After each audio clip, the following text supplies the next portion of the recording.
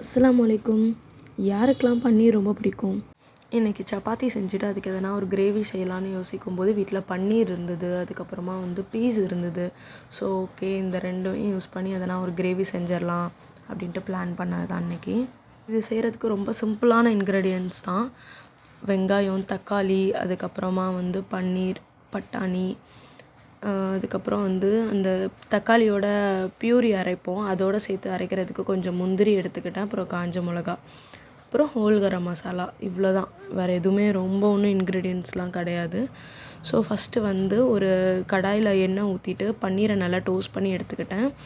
அதுக்கப்புறமா அதே பேன்லேயே கொஞ்சமாக ஹோல் கரம் மசாலா, அதாவது ஒரு பிரிஞ்சி இலை, அப்புறம் பட்டை, இலை, கிராம்பு எல்லாம் போட்டுட்டு வெங்காயம் ஒரு 2 சின்ன வெங்காயமாட்டு நல்லா பொடியாக சாப் பண்ணிவிட்டு அதை ஒரு லைட் கோல்டன் ப்ரௌன் வர அளவுக்கு நல்லா டோஸ்ட் பண்ணி எடுத்துட்டேன். அதுலேயே 1 டேபிள் ஸ்பூன் அளவுக்கு இஞ்சி பூண்டு ஆட் பண்ணியிருக்கேன். அதுக்கப்புறம் மசாலாவில் பார்த்திங்கன்னா சில்லி பவுடர் அண்டு இது மஞ்சள் தூள், அப்புறம் கரம் மசாலா, தனியாத்தூள், இவ்வளோ தான் நான் ஆட் பண்ணியிருக்கிற மசாலாஸ். இந்த மீன் டைம் நான் என்ன பண்ணிட்டேன்னா தக்காளி பியூரி அரைச்சிக்கிட்டேன். எப்போவுமே இந்த மாதிரி கிரேவி பண்ணும்போது தக்காளியை என்ன பண்ணுவேன்னா, ஒரு 3 தக்காளி எடுக்கிறோம் அப்படின்னா அதை நல்லா கொதிக்க வச்சுருவேன். அதோடு சேர்த்து காஞ்ச மிளகா அண்டு முந்திரி. தக்காளி அரைக்கிறதுக்கு முன்னாடி ஸ்கின்னை பீல் பண்ணி எடுத்துகிட்டு காஞ்ச மிளகா, முந்திரி எல்லாம் போட்டு ஃபைன் பேஸ்ட்டாக அரைச்சிட்டு இதில் போட்டு ஆட் பண்ணிடுவேன். காஞ்ச மிளகா போடுறீங்க, அதனால காரம் பார்த்து ஆட் பண்ணிக்கோங்க. இல்லை நான் சில்லி பவுடரே கரெக்டாக போட்டுக்கிறேன்னா காஞ்ச மிளகா போடாதீங்க அரைக்கும்போது. நான் எப்போவுமே இதில் கொஞ்சமாக போட்டுட்டு அதில் மிக்ஸ் அரைக்கும் போதும் காஞ்ச மிளகா ஆட் பண்ணுவேன். எனக்கு அந்த இது ஃப்ளேவர் பிடிக்கும் அப்படிங்கிறதுனால.